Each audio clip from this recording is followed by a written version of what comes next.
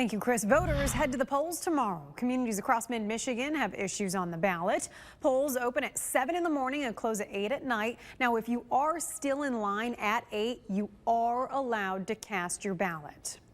One of the issues drumming up a lot of conversation is the Goodrich Area Schools Sinking Fund millage proposal for improvements. Zane O'Meara spoke with the superintendent about what this money could mean inside and outside the classroom. She joins us live with the details. Zane? Meg, Goodrich Superintendent Mike Bosler tells me sinking funds are common in schools around Michigan, but Goodrich is one of 5 districts in Genesee County that doesn't have one. Tomorrow's vote could change that. This is planned for 20, 25 years down the road, what we're putting together here, this vision. It would be a first for Goodrich Area Schools. On Tuesday, voters will decide if the district gets the green light for what's called a sinking fund. It's not to go out and create a slush fund or to create some sort of fund that you can just do these major projects with.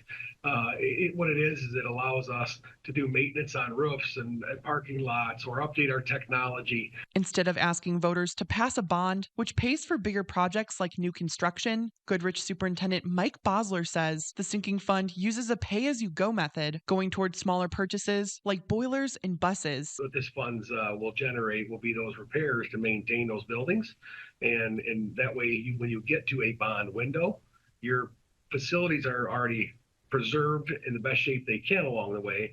And now you're able to do more with those dollars, the tax dollars in that bond down the road. The proposal is a $1 million tax increase per year for 9 years. For houses valued at $150,000, it'll cost the homeowner $75 per year, or $6.25 per month, generating more than $650,000 for the district. Right now, our options are either to take it out of the general fund budget, which is, to me, is taking it out of the classroom, which is not what I want to do, or it's to not do it and like put a piece of duct tape over it, so to speak, where you're just kicking the can down the road. If the sinking fund doesn't pass, Bosler says the district will have to dip into those general funds or go back to the drawing board and potentially look to include the repairs as part of a bond instead. When you're spending that much money on maintenance and repairs and transportation and technology, very rarely does it go back directly to the student outside of, getting the kids to school. But a roof over their head, even though it's much needed, but they don't see that. They don't see the asphalt, the boilers, those kind of things that we're talking about.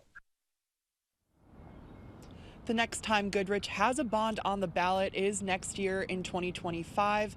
Bosler tells me whether it's a yes or a no, tomorrow's vote will help them determine what steps they need to take as a district before then. Reporting live in Genesee County, Zane O'Meara, WNEM TV 5.